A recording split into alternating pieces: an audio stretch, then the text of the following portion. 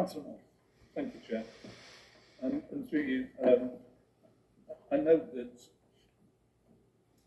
Councillor Lentell is on his usual series of questions, somewhat leading, scarce of fact, which on conjecture, but no less. He asks about the removal of mature trees in relation to the C2C proposed bus route in Coton Orchard. As I said at the climate conference that we've referenced earlier, there's a tension between infrastructure and natural habitat, and this is a prime example of such. There's also a policy of 10% biodiversity net gain, and in relation to this area, the GCP is committed to planting 1,500 new trees along the route, significantly more than it will remove.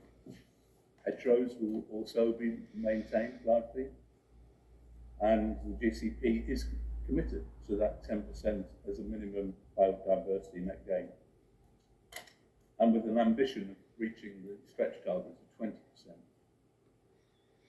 The majority of trees removed to facilitate the corridor for public transport, including cycling and walking, are relatively young on dwarf rootstock and include taking only between 2 and 6 of the 11 older trees. The total area of remaining actable was measured to 9 hectares, and of this, 1.5 hectares will be lost to the scheme. This would leave roughly 80% of the remaining active orchard untouched and unaffected by the development. So I hope that brings into context the scope and scale of this scheme. Thank you.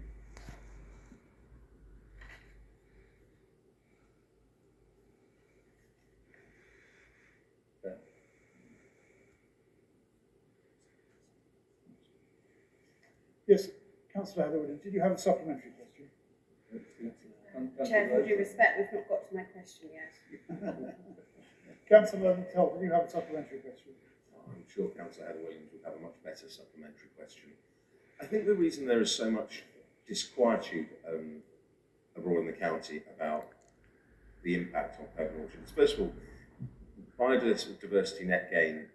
We've had similar promises in the past, and trees haven't been watered, and trees have died, and we haven't actually seen, the net gain happen.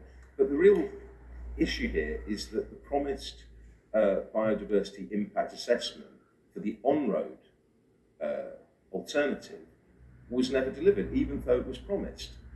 And that promise, the breaking of that promise, it's hard to trust people who break their promises. Thank you, Chair. I didn't notice the Councillor, no question.